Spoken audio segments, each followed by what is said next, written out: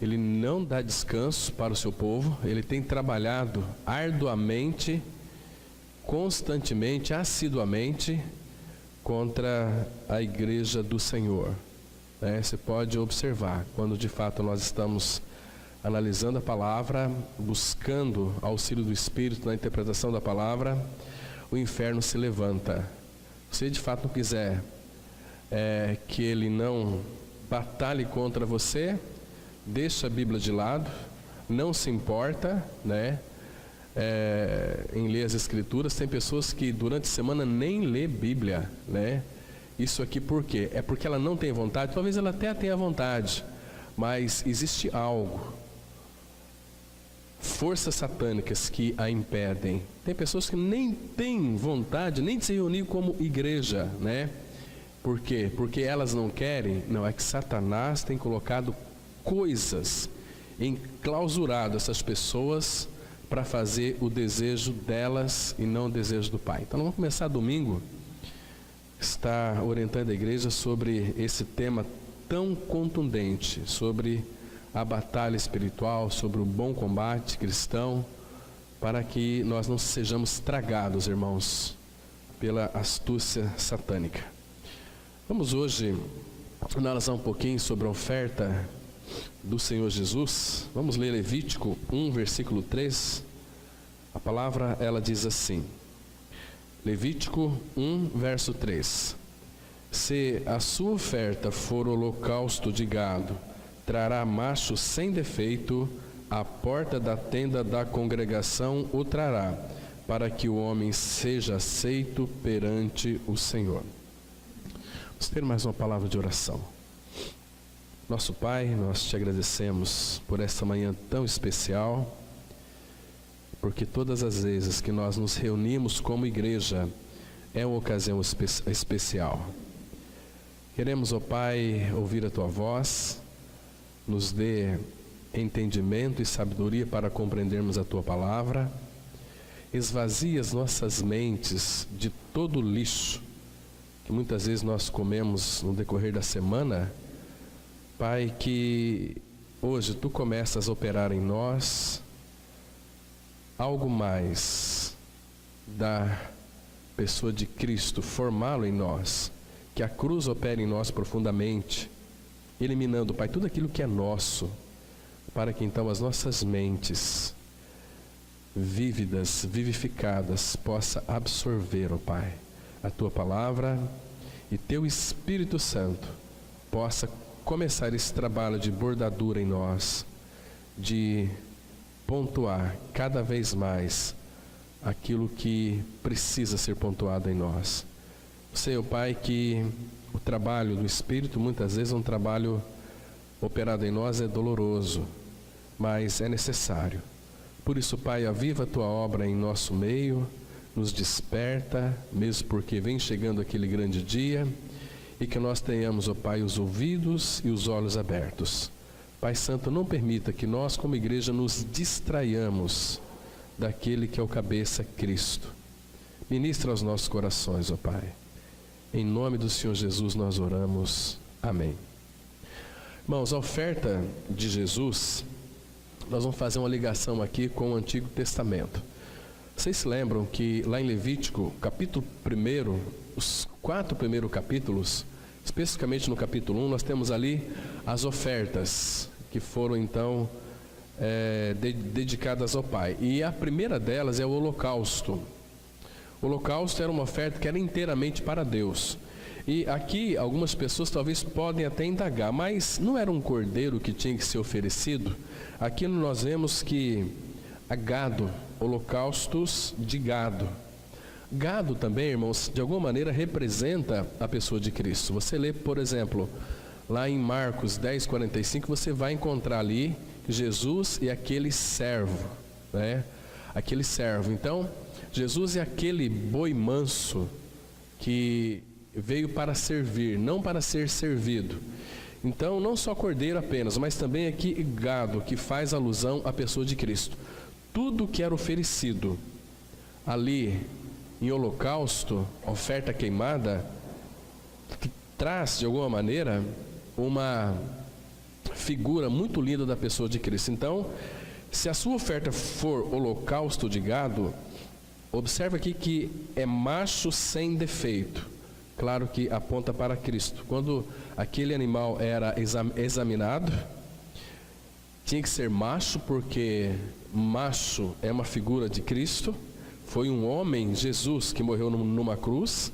Não tem aqui nenhum sentimento machista. O Espírito Santo nunca quis trazer isso para que nós tenhamos uma ideia machista, muito pelo contrário. O Verbo se fez carne, nós sabemos que Ele é aquele cordeiro sem defeito. A porta da tenda da congregação trará para que o homem seja aceito perante o Senhor. Então a pessoa trazia ali aquele animalzinho, cordeiro ou este gado. Então o que acontecia ali na porta da tenda da congregação? Antes de entrar na porta, que também é uma figura de Cristo, aquela pessoa colocava a mão sobre aquele animal e confessava os seus pecados, e os pecados daquela pessoa era transferido para este animal, no caso aqui um gado, um boi. Então o boi entrava para dentro e ali ele era sacrificado, né? Então, e depois ele esfolava esse boi, abria ele, as suas entranhas, e os sacerdotes verificavam se havia algum defeito ali.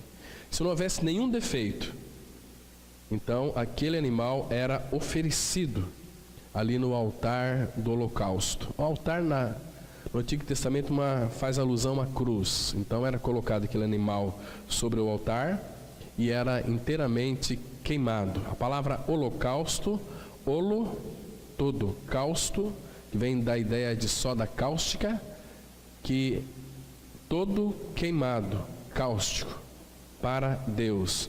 E o resultado disso, né, era as cinzas que sobravam.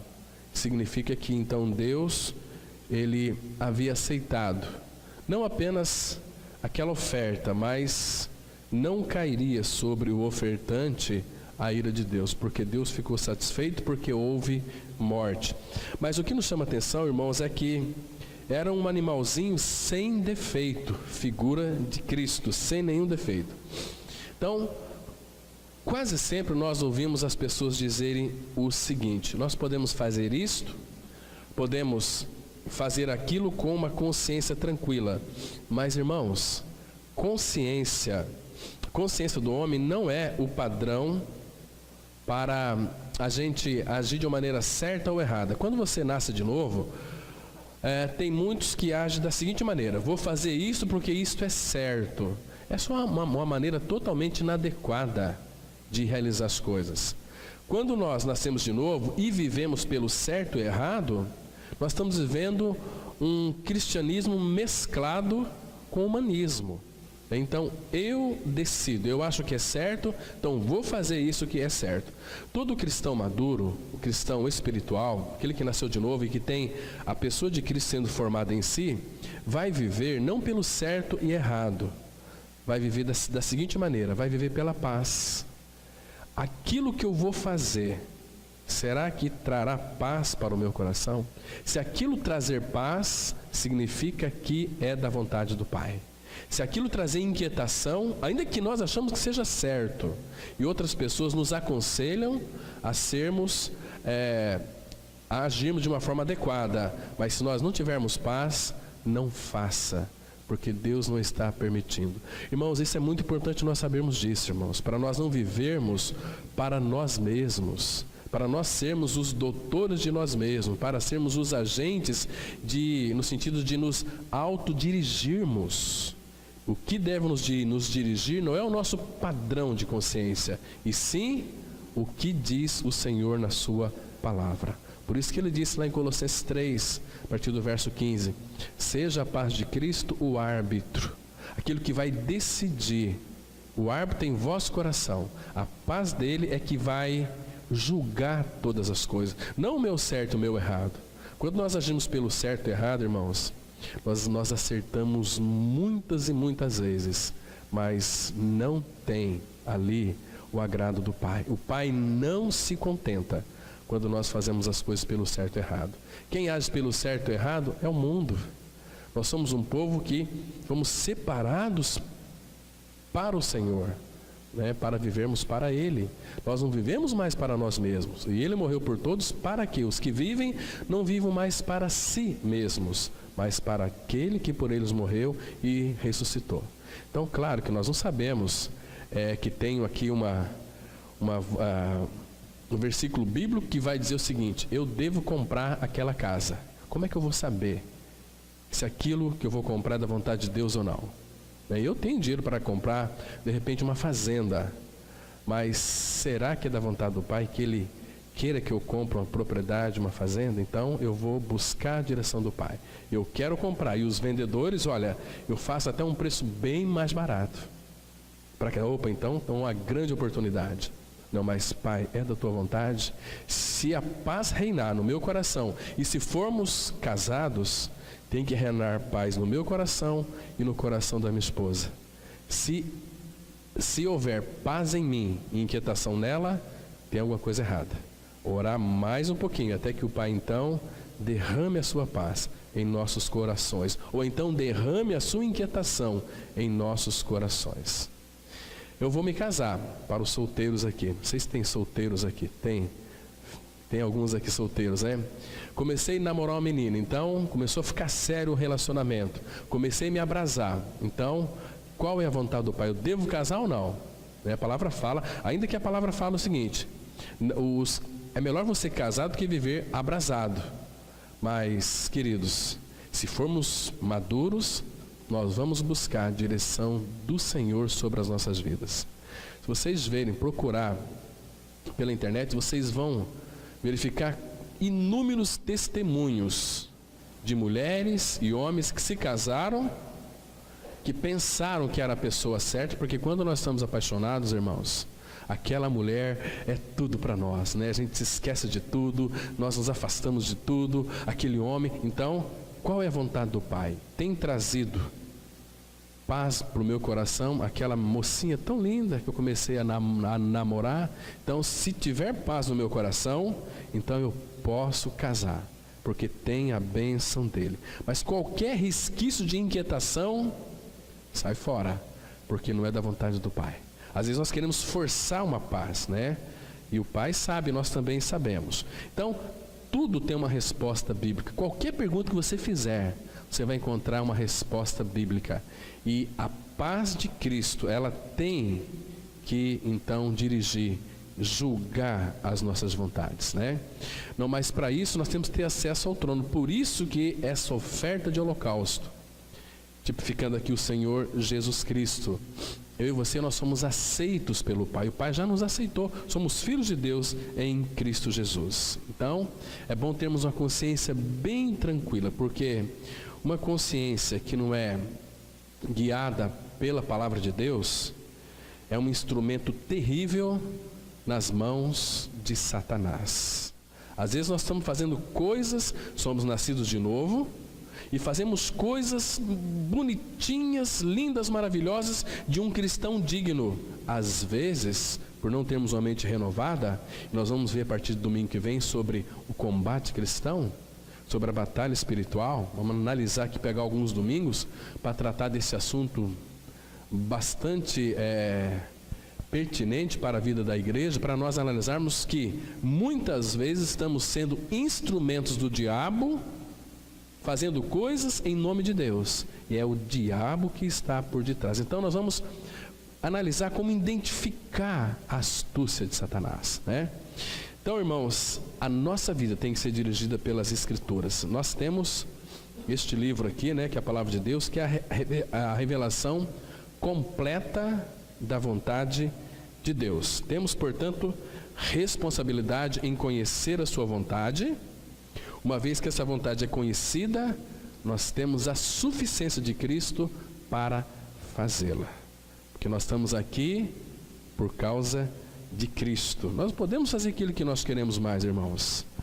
A nossa vida, ela só será, sabe aquela satisfação que você procura em coisas? Nós nunca vamos encontrar em coisas. Toda a nossa satisfação está nele. Fora dele não tem nenhuma satisfação para a nossa alma, para a nossa vida. Nós pensamos que a nossa satisfação está em coisas, mas não está em coisas, está numa pessoa, Cristo. Tudo aquilo que eu e você precisamos está na pessoa de Cristo. Fora de Cristo, nós vamos ter muita insatisfação. Por isso que nós vamos procurar coisas para nos satisfazer. E nunca vai nos satisfazer. Só vamos ficar satisfeitos quando nós estamos em Cristo. Não é assim? Muito precioso. Irmãos, eu estive fazendo uma viagem com a minha esposa, estava ali no meio dos meus parentes, é muito agradável. A gente procura satisfação dos nossos parentes, né? Mas eles não podem nos satisfazer, né? Tem animais, né? Eu fiz amizade com um lourinho lá, uma lourinha, fêmea, mas minha mãe disse que ela não está nem comendo. Saudade de mim, mas que bom, né? Mas aquilo também não nos satisfaz. É gostoso, é agradável, porque a gente se doa, né? Mas, irmãos, a nossa satisfação está nele. Agora, esse texto aqui de Levítico vai mostrar que nós fomos aceitos. Trazendo para o Novo Testamento, nós sabemos que a obra foi completada na cruz do Calvário. Quando cremos, então, que ali naquela cruz nós somos identificados com Cristo. A palavra identificar significa estar unido a Cristo. Romanos capítulo 6,5 vai dizer o seguinte, Romanos 6,5 vai falar que se nós cremos tivermos a morte semelhante à morte dele, nós vamos também ter uma ressurreição semelhante à ressurreição dele. Então, queridos, a oferta pelo pecado deveria ser sem mancha, algo assim que tinha que ser imaculado. Agora, trazendo para o Novo Testamento, a palavra vai dizer, por exemplo, abra lá a sua Bíblia em 1 Pedro 1, versículo 19. 1 Pedro 1, 19, aqui nós já temos a realidade, não apenas sombras e figuras. Agora nós estamos aqui nos deparando com uma profunda realidade. 1 Pedro 1, versículo 19. Deixa eu ler o 18 também, para nós pegarmos o contexto aqui, que é muito interessante. A palavra, ela diz assim, 1 Pedro 1, 18 e 19. Lembra deste gado aqui, deste boi, que era sem defeito? Sem defeito, a palavra sem defeito significa sem mácula, sem mancha, né? Era um animal sadio. Então, aí a palavra fala assim, Pedro diz assim, 1 Pedro 1, 18. Sabendo que não foi mediante coisas corruptíveis, como prata ou ouro, que fostes resgatados. Que palavra gostosa aqui, irmãos. Nós fomos resgatados do vosso fútil procedimento que vossos pais vos legaram. Toda a educação dos nossos pais, que por mais preciosa que seja, meu pai me educou muito bem, minha mãe me educou muito bem, a Bíblia diz que é fútil, da grandeza do conhecimento que temos do nosso pai. Porque se os nossos pais então não foram pais cristãos, qual é o legado que eles deixaram para nós? Filho, você não pode roubar. Filho, olha, você não pode invadir a privacidade dos outros. Cuidado com o namoro. Não desonra filho dos outros. Cuidado.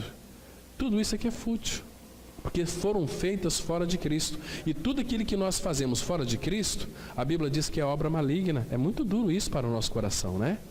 Como que aquilo que eu faço, como fez Caim, lembra? Ele pegou aquele cestão do melhor da terra, encheu e colocou, Senhor, aqui está, eu trabalhei, eu suei, eu lutei, eu plantei, eu colhi, aqui está a tua oferta. Eu não posso aceitar isso. Eu não posso aceitar, porque partiu de você. Aí Abel foi lá, matou aquele animalzinho e trouxe para o Senhor, animalzinho de 1 ano, né? Foi lá, sacrificou, apresentou e oferta para o Senhor. O Senhor o aceitou, aquele animalzinho, né? E o outro ficou irado, porque todo religioso é nervoso, é irado, ele não suporta a graça de Deus, né? Agora veja o versículo 19. Mas pelo precioso sangue, como de cordeiro, está vendo aqui? Sem defeito, sem mácula, sem nenhuma mancha, o sangue de Cristo. Agora, olha o versículo 20. conhecido com efeito antes da fundação do mundo, porém manifestado nos fins dos tempos, por amor de vós, que, por meio dele, sangue de Cristo, tendes fé em Deus, o qual o ressuscitou dentre os mortos e lhe deu glória, de sorte que a vossa fé e esperança estejam em Deus, tão somente no Pai. Está vendo que coisa maravilhosa? Aquele cordeiro macho de 1 ano, sem defeito. Irmãos, vocês se lembram que quando esse holocausto era oferecido, como que o Pai recebia isso? Imagina só, vamos voltar um pouquinho no tempo, lá no Antigo Testamento. Entregava o animalzinho, transferia o pecado ali para o animalzinho era sacrificado, e depois era queimado ali no altar do holocausto, que é uma figura da cruz. Então, quando aquele animal era queimado, tudo era para Deus. Primeiro, Cristo ele se ofereceu a Deus, ao Pai. Se você for ver lá, primeiro está o holocausto, e a expiação é a quinta oferta. E nós achamos assim, né, com a nossa arrogância, Cristo morreu por mim na cruz para a libertação dos meus pecados. Não foi primeiro por você. Primeiro ele se ofereceu a Deus. E depois nessa oferta que nós fomos alcançados. Então quando aquele animal era queimado, Deus, ele aspirava aquele cheiro suave. Então Deus aceitava aquele pecador por causa de um substituto que morreu e foi totalmente queimado, né? Por que os animais eram queimados e Deus aspirava? Porque, queridos, ali estava tipificando uma coisa muito interessante, guarde bem isto. É que quando o pecado era transferido para aquele homem, aliás, para aquele animalzinho, o que acontecia com ele? Ele morria. Então, o meu pecado estava ali, figuradamente, em Cristo. Ele morreu. Então, o meu pecado nele também morreu. Ali, claro que uma vez por ano tinha que fazer, porque Hebreus vai dizer que sangue de bodes e de touros não pode perdoar pecados. Mas é uma figura, o pecador era aceito por Deus. Mas, irmãos, por que esse animal era queimado? Porque Deus estava dizendo que o pecado um dia haveria de ter fim. Queimou, não existiria mais na vida de um filho de Deus. E não foi isso que aconteceu, irmão, na nova aliança? Cadê pecado? Ele crucificou o nosso velho homem. Acabou, morreu, né?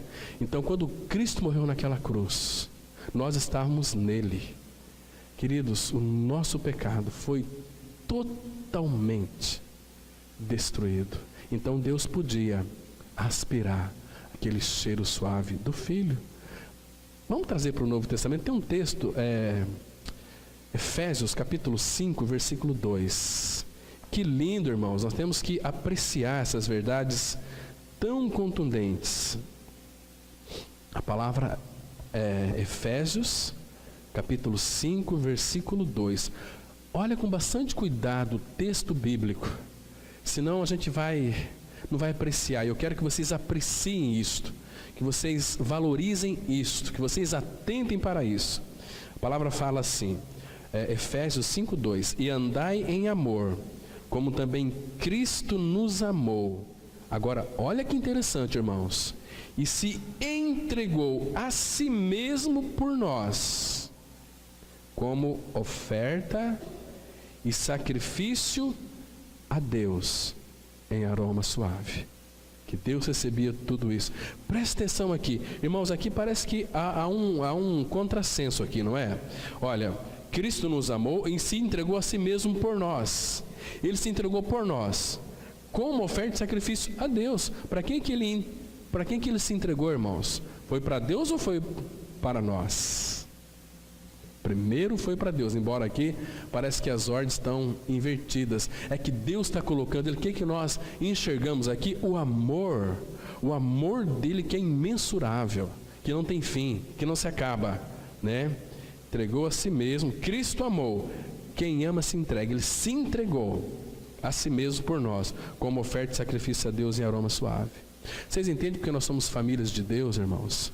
Família de Deus significa o quê? Que o Pai, o Filho e o Espírito Santo, que faz parte dessa família real e celestial, através de Cristo nós somos jogados para dentro dessa família. E assim nós não somos peregrinos nem forasteiros, somos concidadãos dos santos, somos da família de Deus. Da família de Deus, do Pai, do Filho e do Espírito, porque é uma família, é uma comunidade trinitariana. Isso é muito lindo. Eu e você, nós fazemos parte dessa família. E o Pai quer que nós, como igreja do Senhor, vivamos preservando a unidade, amando uns aos outros, vivendo um cristianismo avivado. O que é viver um cristianismo avivado, irmãos? É viver um cristianismo de se doar um pelos outros. Claro que estamos muito longe dessa realidade. A gente parece que não ama ninguém. Nós temos dificuldade de amar os nossos irmãos, né? Isso é muito triste. O Pai não deseja isso para nós. Ele quer que nós tenhamos coração disposto, sentir saudade do irmão, amar o irmão, viver uma vida em doação para o irmão. E assim nós vamos estar cumprindo a lei de Deus. Isso que o Pai almeja para a sua igreja. Isso que é uma igreja verdadeira, uma igreja que ama uns aos outros. Mas, irmãos, vamos caminhar um pouquinho aqui. Foi depois que os filhos de Israel deixaram a terra do Egito e se tornaram um povo separado para Deus, que este livro foi dado a eles. Eles tinham sido trazidos ao deserto para estar a sós com Deus, a fim de que Ele pudesse instruí-los nas coisas concernentes ao seu culto e serviço. Aqueles dentre o povo de Deus que escolhem deixar-se ficar no mundo egípcio e cujas vidas são vividas em conformidade com seus caminhos, conhecem bem pouco, por experiência, da verdadeira comunhão e adoração. Somente aqueles que creram, que foram crucificados com Cristo, mortos e ressurretos com Ele, são plenamente aceitos pelo Pai Celeste. Então, não é que nós vamos ser aceitos. Quando nós cremos, estamos unidos a Cristo, o Pai já nos aceitou. Vamos ler aqui Efésios 1:6. Para louvor e glória da sua graça, pela qual nos fez agradáveis a si no amado. Então, irmãos, olha que interessante aqui. Para louvor da glória da sua graça, pela qual nos fez. É Deus quem nos fez, na pessoa de Cristo, agradáveis a Ele. Nós somos agradáveis a Deus, aceitos a Deus no amado, em Cristo. Está vendo a base da nossa aceitação aqui? É Cristo. Então, por que nós somos agradáveis a Deus, irmãos? Mas nós somos agradáveis a Deus em Cristo. Porque todo aquele sacrifício que Cristo fez na cruz, o Pai ficou satisfeito. Se o Pai ficou satisfeito com aquele sacrifício, por que nós muitas vezes tentamos fazer algo para agradar a Deus? Nós nunca vamos agradar a Deus na base da energia da carne, no nosso esforço. Eu vou ler mais a Bíblia, eu preciso... Não, você tem que ler mais a Bíblia com uma finalidade de conhecê-lo, obtendo fé. Aí você consegue agradar o Pai, porque o teu foco não é coisas de Deus, o teu foco é o Deus das coisas, é o Pai Celestial, uma vez que nós já fomos aceitos nele.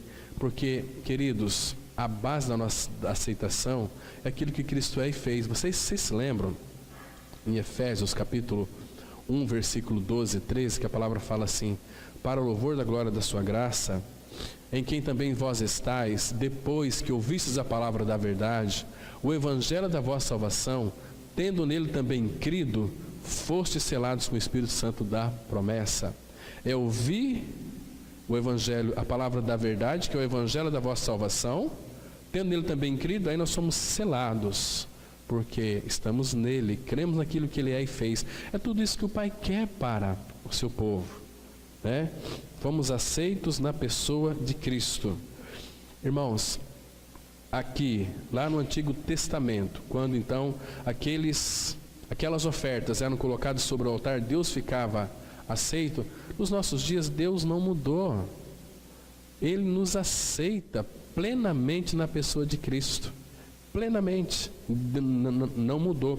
Porque os olhos do Pai estão repousando aonde? Sobre aquilo que Cristo fez. Aquilo que Cristo é e aquilo que Cristo fez. O Pai ficou plenamente satisfeito. E quando nós cremos naquele sacrifício, no Calvário, o Pai, não é que Ele vai te aceitar. Você já é um aceito. Você já foi eleito em Cristo Jesus. O Pai elegeu o Filho. Nós estamos nele. Nós somos eleitos. Lembra que nós somos herdeiros de Deus e co-herdeiros com Cristo. Abra lá em Hebreus 10, verso 18. Deixa eu mostrar para vocês um versículo aqui. Que vai ilustrar essa verdade tão proeminente. Hebreus 10, versículo 18. A palavra, ela é tão linda. Porque, irmãos, Ele já nos remiu. Fomos remidos. A palavra fala assim, Hebreus 10, 18. Ora, onde há remissão destes pecados, né, já não há oferta pelo pecado. Então, se Ele já nos remiu, não tem mais oferta pelo pecado. O Pai já aceitou. O Pai ficou plenamente, inteiramente satisfeito com aquilo que Cristo realizou no Calvário por amor de cada um de nós. Então, isso é cristianismo. Por isso que tem muitos que ficam furiosos com a graça de Deus. Ah, mas aí é muito fácil. É muito fácil naquilo que diz a salvação, pela graça. Mas o caminho da cruz, irmãos, é um caminho difícil, um caminho doloroso, é um caminho do aperfeiçoamento, é o caminho da maturidade espiritual, é o caminho onde o Pai, pelo Espírito, através da cruz, começa a formar o caráter dele em nós. E para formar Cristo em nós, nós temos que diminuir. Isso nós não queremos, isso é doloroso. Convém que Ele cresça e eu diminua. Olha essa pessoa que está dentro de você. É você mesmo que está crescendo ou é Cristo que está crescendo? Tem muitos que crescem em si mesmo. É o intelectualismo, eu sei muitas coisas da Bíblia, eu leio muitos livros. Isso é um perigo terrível, né? Mas eu lembro de Blaise Pascal, tinha aquela mente brilhante, então ele creu no Senhor. Ele era um matemático, um físico extraordinário. Todo mundo se encantava em ouvir as suas explicações. Então ele quando creu no Senhor, ele atendia as pessoas em casa sobre física, sobre falar de alguns assuntos, mas ele também agora inseria a pessoa de Cristo, pregava Cristo também. Então o que ele fazia? Ele colocava um galinho de roseira assim atrás nas suas costas, né? E ele começava a falar, explicar, as pessoas começavam a ficar admiradas, então ele encostava no sofá para machucar as costas, para saber quem ele é, né? Que ele era um menos do que nada, que tudo aquilo que ele tinha foi dado pelo Senhor, né? Porque nós temos uma tendência, irmãos, de querer virar o pote. Não, agora eu vou fazer tudo isso, né? Então isso é muito perigoso.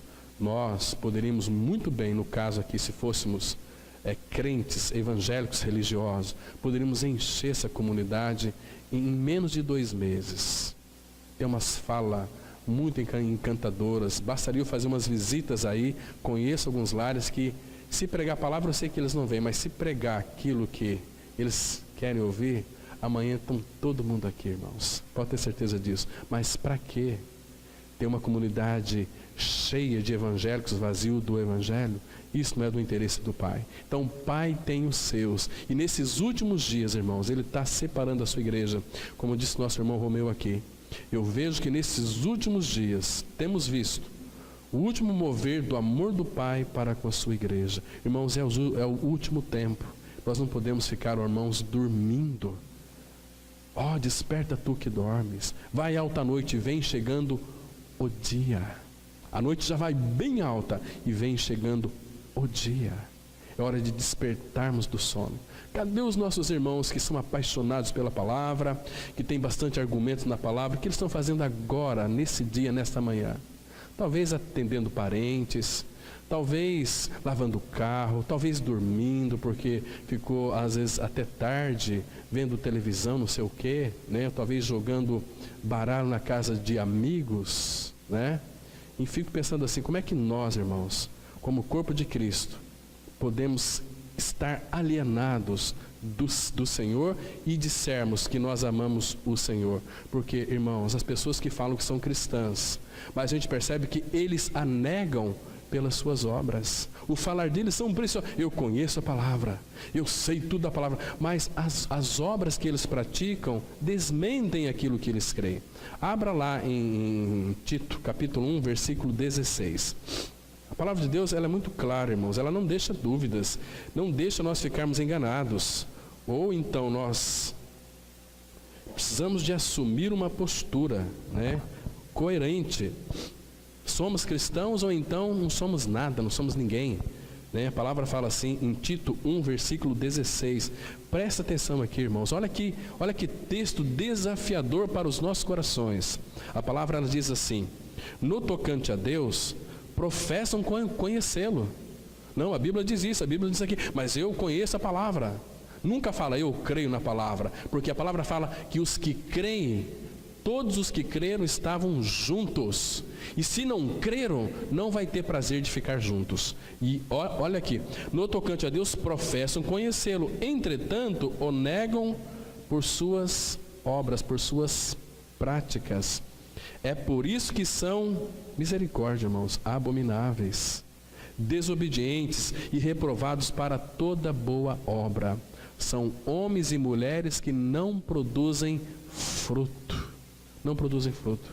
E nós que temos a palavra, nós que conhecemos o Senhor, vivemos uma vida tão displicente, uma vida tão acomodada, irmãos, uma vida que nós não temos mais assim uma consciência, parece que a nossa consciência está cauterizada por Satanás, né?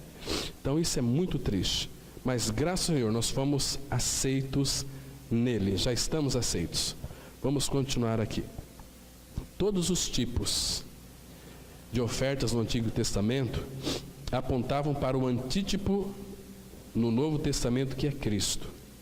Muitos ainda não enxergam isso porque seus sentidos espirituais estão embotados pelos efeitos do mundanismo, que negligências e falhas não parecem abomináveis aos seus olhos a ponto de levá-los diariamente a buscar repouso para suas almas nas variadas excelências do sacrifício de Cristo. Quando olhamos para a oferta do corpo de Cristo na cruz e nos identificamos com Ele, é certo que seremos aceitos. Vamos ler aqui Gênesis 4, versículo 7. Se procederes bem, não é certo que serás aceito? Se todavia procederes mal, eis que o pecado jaz à porta. O seu desejo será contra ti, mas a ti cumpre dominá-lo.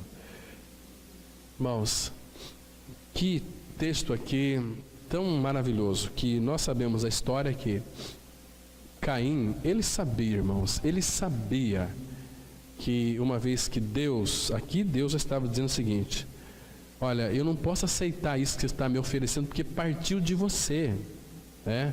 Isso é uma oferta incruenta, que não tem sangue. Caim era um pecador, Abel era um pecador também, mas ele trouxe uma oferta incruenta. Queridos, e se Caim, por exemplo, dissesse assim: Senhor, mas eu não sabia, meus pais, Adão e Eva, não falaram para mim, eles falaram só para Abel. Abel falou, ofereceu, mas eu não sabia disso. Aí o Senhor volta para Caim e diz o seguinte: olha, se procederes bem, não é certo que serás aceito? O que Deus estava dizendo aqui para Caim? Caim, vai lá no rebanho, pega um cordeiro e oferece a mim, eu vou lhe aceitar, né? Então Deus aqui deu mais uma chance para ele. Se você proceder bem, oferece um cordeiro para mim, não é certo que serás aceito? Agora, se todavia procederes mal, essa palavra mal vem de uma palavra malignidade. Se você proceder mal, é todo o seu procedimento em trazer ofertas para mim, igual as pessoas que fazem campanhas, sobe o monte, desce monte, em busca de Deus, em procura da bênção. Tudo isso é um procedimento maligno em nome de Deus. Deus não aceita, irmãos, aquilo que vem do homem. Deus aceita aquilo que vem do homem quando o homem então oferece em Cristo Jesus. Queridos, tudo aquilo que era para ser aceito, que o Pai tinha que aceitar naquilo que concerne a nós, Ele já aceitou em Cristo, nos aceitou plenamente, totalmente. Lembro que uma vez o irmão Simval, ele escreveu num livro, O Cativeiro Acabou, diz que tinha um irmão pregando e chegou um aleijado, faltando uma perna, de muleta, e falou para o pregador assim: Deus aceita um homem pela metade? O pregador disse: aceita, desde que este homem se entregue por inteiro. Aí tem aceitação. Ele quer o coração, Ele pede tudo de nós. Filho meu, dai-me o teu coração. O que é o coração? É tudo. Do coração procedem as fontes da vida, Mas Ele nos deu tudo. A palavra fala que Cristo é tudo. Ele deu tudo, então Ele quer tudo de nós, para que nós vivemos uma vida descansado no colo dEle, uma vida sem peso, uma vida que o celebre, que o louve, que preserva aquilo que Ele já conquistou para nós na cruz, a nossa unidade, Nós sentimos saudade dos irmãos, é precioso, porque somos famílias de Deus, vamos viver eternamente juntos. Então, quando ficamos muito tempo sem ver o irmão ou irmã, nós sentimos saudades. E aqui, vocês percebem que aqueles que vão se afastando, o amor vai se esfriando com relação a eles, assim é que para com o Pai também. Não tem prazer mais na comunhão, Embora são grandes conhecedores da Bíblia, mas não tem prazer na prática da comunhão. E comunhão é algo que o Pai considera tanto. Aquela obra da cruz, irmãos, foi para que nós então pudéssemos nos relacionar com o Pai. Bendito, fiel é Deus, 1 Coríntios 1:9, pelo qual fostes chamados à comunhão do seu Filho Jesus Cristo. Muito interessante. Então, se procederes bem, não é certo que será aceito? E quanto à sua vida passada?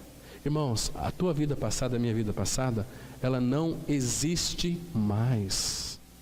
O meu e seu pecado foi colocado em Cristo, foi crucificado, morto. Deus não vê mais pecado em um filho de Deus, não se lembra mais. Agora, o que Ele vê em nós? Colossenses 3:4 fala: quando Cristo, que é a nossa vida, quando Cristo, que é a nossa vida, quando Cristo, que é a nossa vida, se manifestar, então vós também sereis manifestados com Ele em glória. Não pode haver comunhão, nem adoração genuína, até que o pecado tenha sido tratado e a consciência posta em repouso. Vamos ler Hebreus 9:14, que diz assim: muito mais o sangue de Cristo, que pelo Espírito eterno a si mesmo se ofereceu sem mácula a Deus, purificará a nossa consciência de obras mortas para servirmos ao Deus vivo. Que coisa interessante.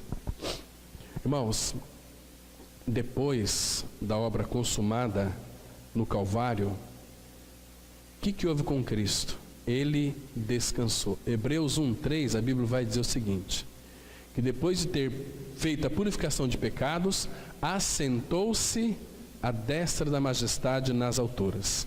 Cristo assentou-se. A palavra aqui assentou-se, a ideia é de descanso. Nós estamos em Cristo, irmãos. Nós passamos pelos crivos da cruz, descemos com Ele até o Hades, fomos ressuscitados juntamente com Ele e pela fé fomos glorificados. Glorificados. O Pai, na sua eternidade, Ele já nos vê glorificados. Aquele que chamou, a esses também justificou, e aquele que justificou, a esses também glorificou. Nós estamos pela fé glorificados em Cristo. Nós não estamos glorificados ainda aqui, mas pela fé já. Mas quer dizer então que você é glorificado? Você vai ser glorificado. Você vai receber um corpo semelhante ao corpo da sua glória.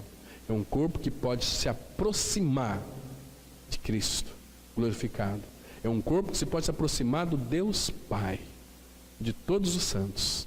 E você não vai ser consumido, porque, irmãos, Ele já nos glorificou em Cristo. Estamos nele pela fé. Então, agora vai se consumar essa glorificação, uma questão de tempo, Aguarde para você ver que coisa linda que é. Então, nós estamos descansados, com a consciência. Queridos, ninguém pode descansar se estiver com a consciência pesada. Você pode descansar se estiver com a consciência pesada? Vamos pensar, se você matou uma pessoa, né? Ninguém soube, ninguém viu, você não vai conseguir descansar a sua consciência. Aquilo está te cobrando.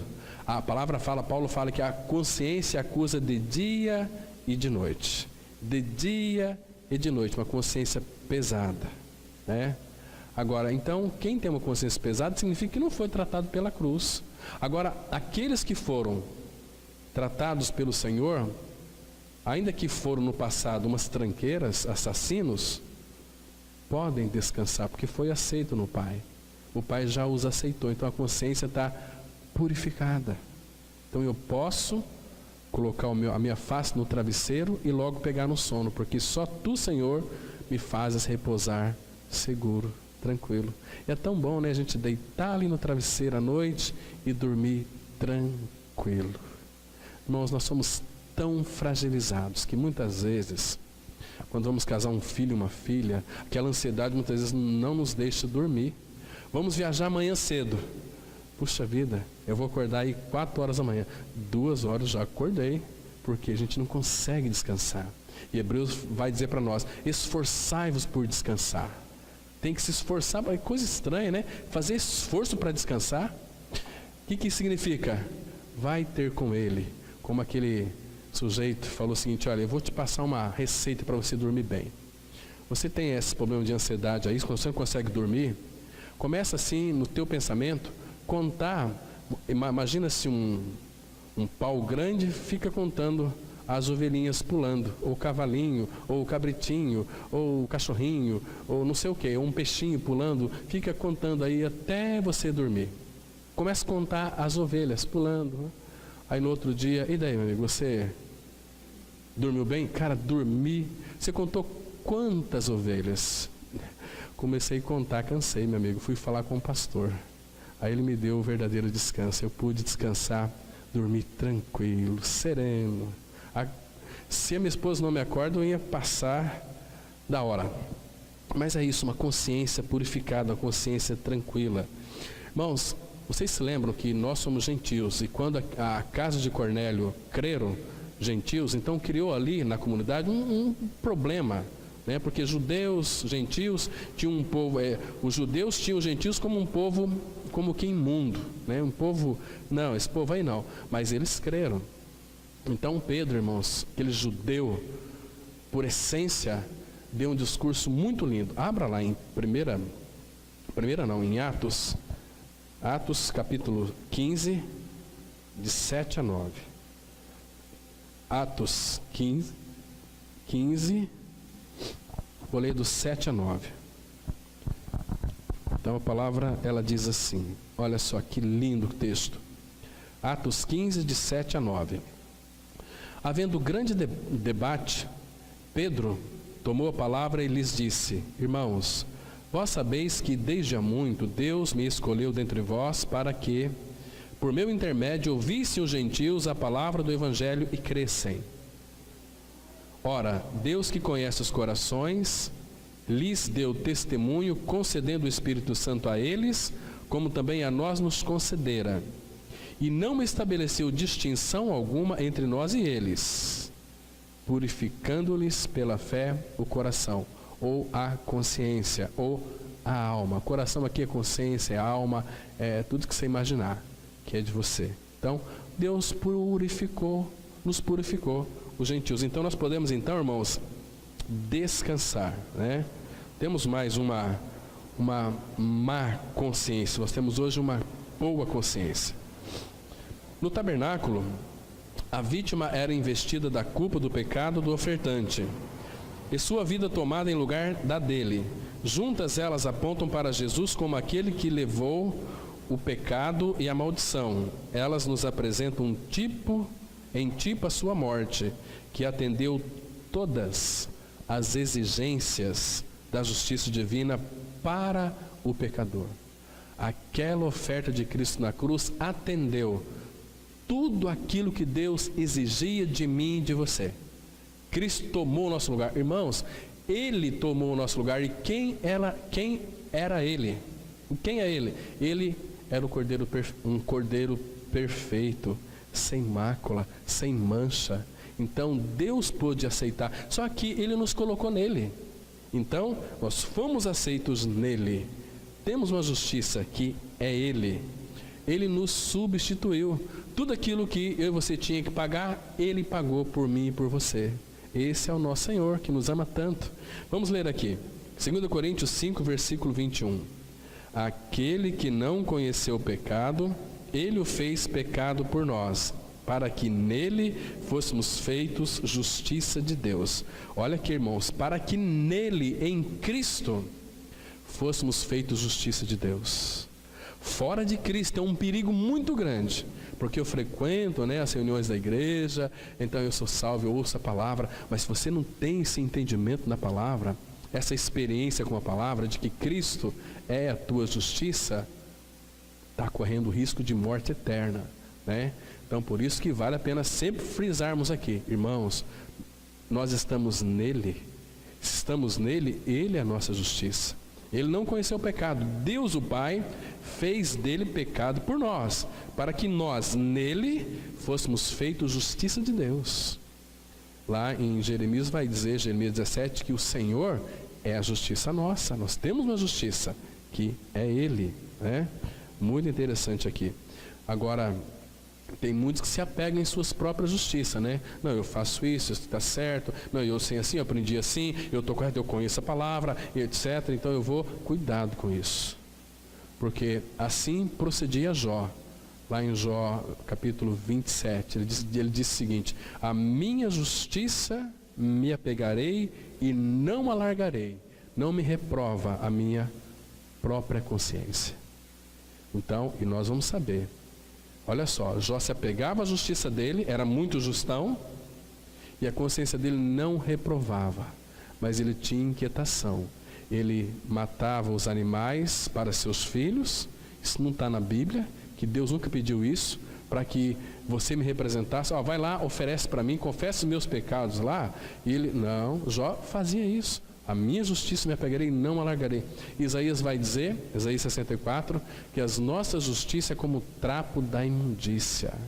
E Paulo vai dizer o seguinte: eu não tenho justiça própria, mas aquela que procede da fé em Cristo Jesus. Então Paulo tinha uma justiça, é Cristo. Ele está dizendo aqui, para que nele fôssemos feitos justiça de Deus. Isso é muito lindo.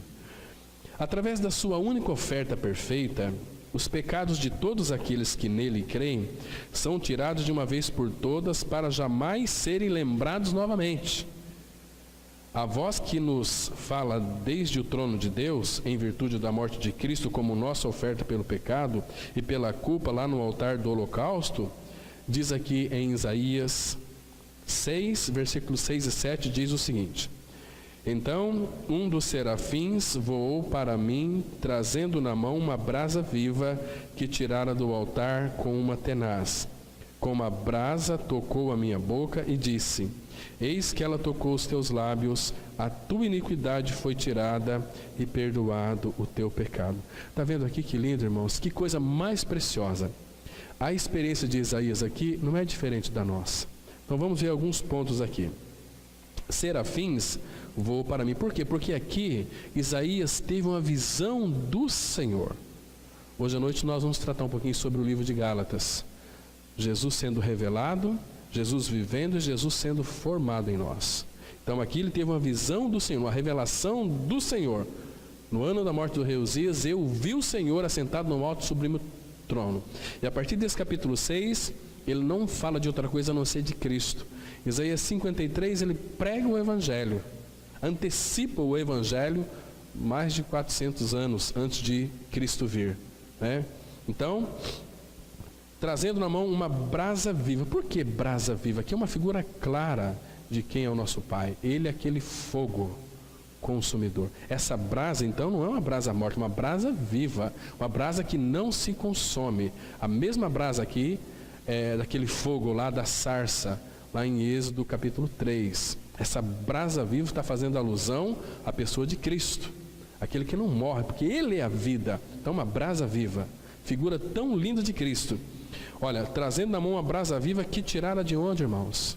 Do altar. Altar, figura da cruz. Tirou do altar lá do holocausto. Que figura linda da cruz. Tirou, porque não existe outra base para os nossos pecados ser perdoados, né? Tirara do altar com uma tenaz. Com a brasa viva tocou a minha boca e disse: eis que ela tocou os teus lábios. A tua iniquidade foi tirada e perdoado o teu pecado. Por que tocou nos lábios aqui? Porque Isaías, ele confessou: eu sou um homem de lábios impuros e habito num povo de impuros lábios. Os lábios, percebe que tocou os lábios dele e a iniquidade foi tirada. Iniquidade do coração. O coração está cheio, sai no fala. Isaías era um profeta, mas Isaías era um homem que falava muitas piadinhas. Isaías era um homem que fazia até algumas pilhérias, talvez de Abraão, de Isaac, de Jacó, porque ele confessou: eu sou um homem de lábios impuros, né? E meus olhos viram o Senhor, o Rei dos Exércitos. Mas aqui, irmãos, tocou os lábios, a iniquidade dele foi tirada e perdoado o teu pecado. Não pecados, mas a essência, a fonte produtora de pecados foi perdoado. Que lindo é isso aqui. Claro que Ele mesmo é quem perdoa todos os nossos pecados, que sara todas as nossas enfermidades. Esta é geralmente a primeira coisa que incomoda o pecador, quando o Espírito de Deus começa a agir com ele. Ele se lembra dos pecados da sua vida passada, sabe que a justiça de Deus exige a sua punição e treme ao pensar em encontrar-se com o santo juiz. Mas, irmãos, quão benditas são para o pecador atribulado e despertado as novas de que Jesus foi a nossa oferta pela ofensa, que Ele foi ferido pelas nossas transgressões e moído pelas nossas iniquidades, e que aquilo pelo qual não podíamos fazer restituição a Deus ou ao homem, porque não tínhamos com que pagar, nosso bendito Senhor, na sua morte, fez plenamente. Quão doce foi o momento quando pela primeira vez avistamos o Cordeiro de Deus e vimos todas as ofensas perdoadas. Colossenses 2:3, a palavra diz assim: e quando vós estáveis mortos nos pecados e na incircuncisão da vossa carne, vos vivificou juntamente com ele, perdoando-vos todas as ofensas. Essa palavra aqui, vivificou, significa vos deu vida. Quando é que Ele nos deu vida, irmãos? Quando nós estávamos mortos em delitos e pecados. Temos que fazer festa, sabia? Ai, é tão horripilante quando nós vemos aqui um cristão que se diz nova criatura, confessando essa palavra com cara amarrada. Quando um pecador, ele é convertido ao Senhor, pelo Senhor, a festa nos céus, irmão. Então, uma pessoa sem Cristo, ela está morta espiritualmente. É um zumbi andando aí pela cidade. O que a sustenta é a pulsação do sangue no coração. É um zumbizão. Uma hora morre, acabou. O corpo vai para a sepultura e a alma vai para a sepultura também. Porque sepultura significa no grego Hades. Vai para o inferno. Uma sala de espera até o dia do juízo, né? Ah, mas nós somos salvos. Será que nós estamos salvos, irmãos? Você já creu o seu novo nascimento em Cristo? Você tem convicção da sua morte e ressurreição em Cristo? Se tem, irmãos, vamos viver uma vida de alegria, uma vida que o expresse, porque tem que ter festa, uma festa interna, que numa expressão corpórea vai manifestar Cristo, de uma forma alegre no nosso falar, na nossa maneira de proceder, né? Abra em Lucas, capítulo 15. Olha que lindo aqui, irmãos. 15, 23 e 24. Lucas 15, versículo 23 e 24. Olha que lindo, irmãos. Jesus aqui está mostrando daqueles que estavam mortos e foram vivificados. Lucas 15, 23 e 24. Então, quando o pai recebe o filho em casa, estava perdido, morto, então fez festa. Diz assim a palavra, olha, Lucas 15, 23 e 24.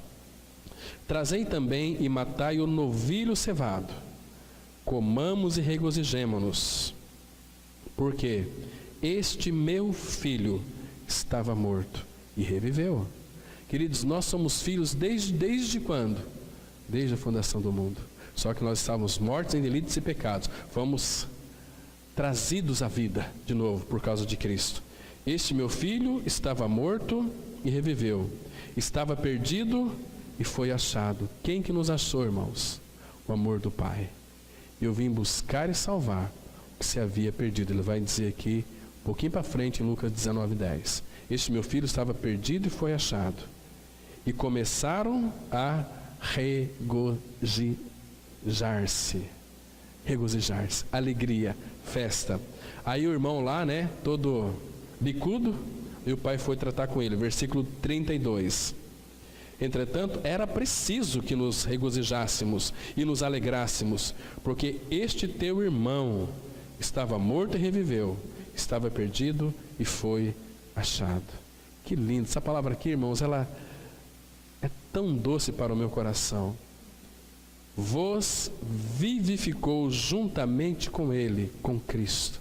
Ele é a vida. Nós estamos nele. Fomos vivificados.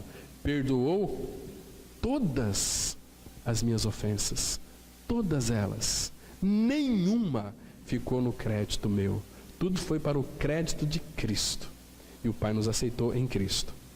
Então, nossa percepção do pecado pode ser grande ou pequena, dependendo da medida de luz que temos e da sensibilidade da nossa consciência. Mas, bendito seja o Deus que nos amou, que fez cair todos os nossos pecados sobre a grande oferta pelo pecado e os levou embora para sempre. Sim, e mais, Deus condenou o pecado, deixando o homem de fora, encerrando a sua conta para sempre como filho de Adão na cruz. Pois foi na cruz que ele pagou e apagou o nosso pecado, conforme Isaías 43:25. Eu mesmo sou o que apago as tuas transgressões por amor de mim, e dos teus pecados não me lembro. Irmão, você tem quantos pecados? Meu irmão, ele não se lembra mais. Por quê? Porque ele aceitou na pessoa do Filho. Ele aceitou a oferta do Filho. E você está incluído nessa oferta. Ele mesmo, eu mesmo, carregando Ele mesmo sobre o madeiro os nossos pecados, para que nós, mortos aos pecados, pudéssemos viver para a justiça. E por suas chagas, por suas feridas, fostes sarados. Isso não é lindo, irmãos? Isso não é precioso? Ele vai dizer depois que dos nossos pecados ele não se lembra mais. Jamais se lembraria. Ele esqueceu. Porque agora ele contempla o sangue. Nos vê totalmente purificados por esse sangue. Quão bem-aventurado é para a alma pegar-se a esta verdade preciosa, que Deus tem tratado com o pecado e resolvido toda a questão relativa a ele, de uma vez por todas na cruz, e que a eficácia permanente do sangue continua diante de Deus, preciosa para sempre. Hebreus 9:12, a palavra diz assim: não por meio de sangue de bodes e de bezerros, mas pelo seu próprio sangue, entrou no Santo dos Santos uma vez por todas, tendo obtido eterna redenção. Que lindo, irmãos. Este sangue aqui, precioso, nos aproxima dele. Efésios 2, 13, 14 vai dizer que nós fomos aproximados pelo sangue. Sem ter nenhum medo de Deus, podemos entrar pelo sangue ao trono da graça. Que maravilha é isso. Tudo porque o Pai já aceitou a oferta de Cristo. Então aqui quando fala a eterna redenção, ele entrou uma vez por todas no Santo dos Santos, tendo obtido eterna redenção. Sabe o que isso significa? Se você está incluído no sacrifício de Cristo, a palavra ela diz assim, olha, em João 10, versículo 28, eu lhes dou a vida eterna, jamais perecerão, porque eterna redenção não se acaba mais, né? Então isso é tão precioso. Agora tem uma ressalva aqui, irmãos. Cuidado em ser um filho negligente. Cuidado em ser um filho distraído. Porque é para aqueles que lhe obedecem. É para filho de Deus. E filho obedece o Pai. Quer ver? Abra lá em Hebreus capítulo 5. Versículo 8 e 9. Hebreus 5, 8 e 9. É um texto que temos que ler de joelho, esse texto aqui, viu, irmãos? Porque se esse texto não nos mexer conosco, nada mais vai nos mexer. Ou então nós temos a nossa consciência cauterizada. São advertências tremendas que diz assim, olha, Hebreus 5, 8. Embora sendo filho, aprendeu a obediência pelas coisas que sofreu. Por isso, irmãos, sofrimento na nossa vida é uma bênção. Não é ruim, é uma bênção que nos leva a aprender. Agora veja o 9. E tendo sido aperfeiçoado por aquilo que ele sofreu, Jesus tornou-se o autor da salvação eterna para todos os que lhe obedecem. Está vendo, irmãos? Todos que lhe obedecem. Desobedientes, irmãos. Tem nada a ver com o Pai. Porque todo filho de Deus é obediente. Aquele que passou pela cruz, ganhou experiência real, é um filho obediente. Vamos terminar então. Isso é maravilhoso para aqueles que tiveram seus olhos abertos e creram. Mas há muitos ao redor de nós cujo entendimento está tão cegado que eles espalham erro mortal e creem que é a verdade. Estão conduzindo homens para o lago de fogo e ainda acreditam sinceramente que irão alcançar a cidade de Deus. Mas isso não se restringe aos pecadores não convertidos. Há muitos dos professos filhos de Deus cegados. Eles brincaram com a luz que uma vez brilhou sobre eles, até que ela se tornou em trevas. Verdades, uma vez conhecidas, mas não obedecidas, lhe foram arrancadas. A palavra de Deus é algo muito sério. Atente para a palavra de Deus. Vamos ler esse último texto aqui, 2 Tessalonicenses 1, 8, 9. Irmãos, leia esse texto depois na sua casa. Depois você vai reler ele na sua casa.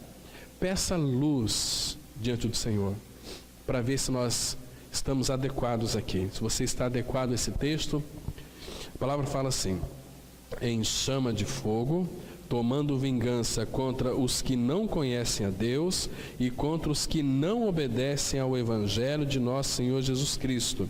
Estes sofrerão penalidade de eterna destruição, banidos da face do Senhor e da glória do seu poder. Irmão, você leu com cuidado aqui esse texto? Presta atenção, em chama de fogo, tomando vingança contra os que não conhecem a Deus. Os ímpios não conhecem a Deus. E contra os que conhecem e não obedecem ao Evangelho do nosso Senhor Jesus Cristo. O que irá acontecer com eles? Sofrerão penalidade de eterna destruição.